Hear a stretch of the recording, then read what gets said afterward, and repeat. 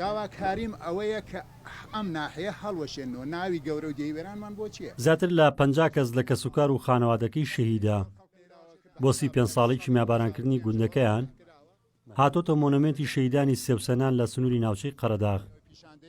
بەڵام بایکۆتی چالاکیەکانی کردووە و دەڵێت خەڵک وەڕەس و بێزار بوون لە یادە دووبارەکان و دانیشتوانی ناوچەکە گرفتاری دەیان کەم و کورتی و خزمەتگوزارە سەرەتایەکانن. بەڵێنی بەرپرسان لە مەراسیمەکاندا زامەکانیان ساڕێژ ناکات. ئێمە وەکو کەسوکاری شەهیدان لەم ڕۆژا بایکۆتی ئەم یادەمان کردوێتەوە. 35مین ساڵ یادی کیمیابارانی گوندی سێوسێنان لە ساڵێکە ڕۆژێک لە ڕۆژێکە چەند دقەیەک لە چەند دقەیەکە چەند کردار و گفتاری دووبارە و زامەکانمان زیاتر بکولێنەوە. بە گوزەرکردن بەنێو کۆڵانەکانی ناحەی سێوسێنان و دواندنی دانیشتوانەکەی وەڵامی ئەو پرسیارە دەست دەکەوێت ئاخۆ بۆچی بەشداری یادی کیمیابارانکردنی گوندەکەیان ناکەن، چونکەوە خۆیان دەڵێن پاش زیاتر لە 30 ساڵ لە حکومڕانی کوردی نەبوونی ئاو و خزمەتگوزاریەکانی دیکە هەراسانی کردوون.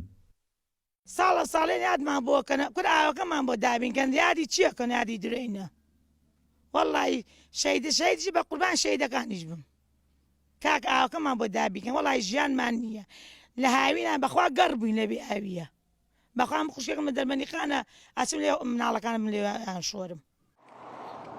گوندی سێوسەنان لە کاتی کیمیابارانکردنەکەدا 350 ماڵی تێدا بوو و ئێستا کراوە بە ناحێ و کەمتر لە 100 ماڵی تێدایە.